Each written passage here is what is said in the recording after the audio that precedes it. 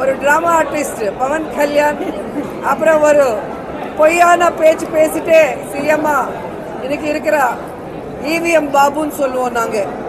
ஏன்னா இந்தியாவில் எந்த ஸ்டேட்ல எலெக்ஷன் ஆனாலும் 6 மாதம் இவிஎம்ஸ் அப்படியே இருக்கணும். இதுதான் எப்பவுமே நடக்கிறது. ஆனால் இந்த ஏபியில் மட்டும் எலெக்ஷன்ஸ் ஆன 10 நாளே ஒரு ஜீவோ கொடுத்துட்டு எல்லா இவிஎம் டெஸ்ட்ராய் பண்ணியிருக்காங்கன்னா அவங்க இவிஎம் எப்படி மேனிப்புலேட் பண்ணி இன்னைக்கு அவங்க ஜெயிச்சாங்களோ நீங்கள் பார்க்கணும். ஏன்னா உங்கள் எல்லாருக்குமே தெரியும், எல்லாம் கம்ப்யூட்டரைஸ்டு. கம்ப்யூட்டரில் நீங்கள் ஓட்டு போட்ட அன்னைக்கு ஏபியில் எத்தனை ஓட்டு வந்திருக்கு, எனக்கு எவ்வளோ போல் ஆயிருக்குன்னு ஒரு டிஜிட்டல் நம்பர் இருக்கும் இல்லையா? நீங்கள் கவுண்ட் பண்ணும்போது கூட அதே நம்பர் இருக்கணும்.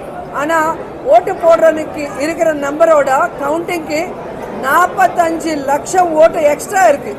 அதை பார்த்து கோர்ட்டில் நாங்கள் கேஸ் போட்டால் இவிஎம்ஸ் இல்லை, ஏன்னா ஜீவோ கொடுத்து டெஸ்ட்ராய் பண்ணதுனால ஒன்றும் பண்ண முடியாதுங்கிற போது நீங்கள் தெரிஞ்சுக்கணும், இவங்க இவிஎம் கவர்மெண்ட் தான் ஆந்திர பிரதேஷில் இருக்குது.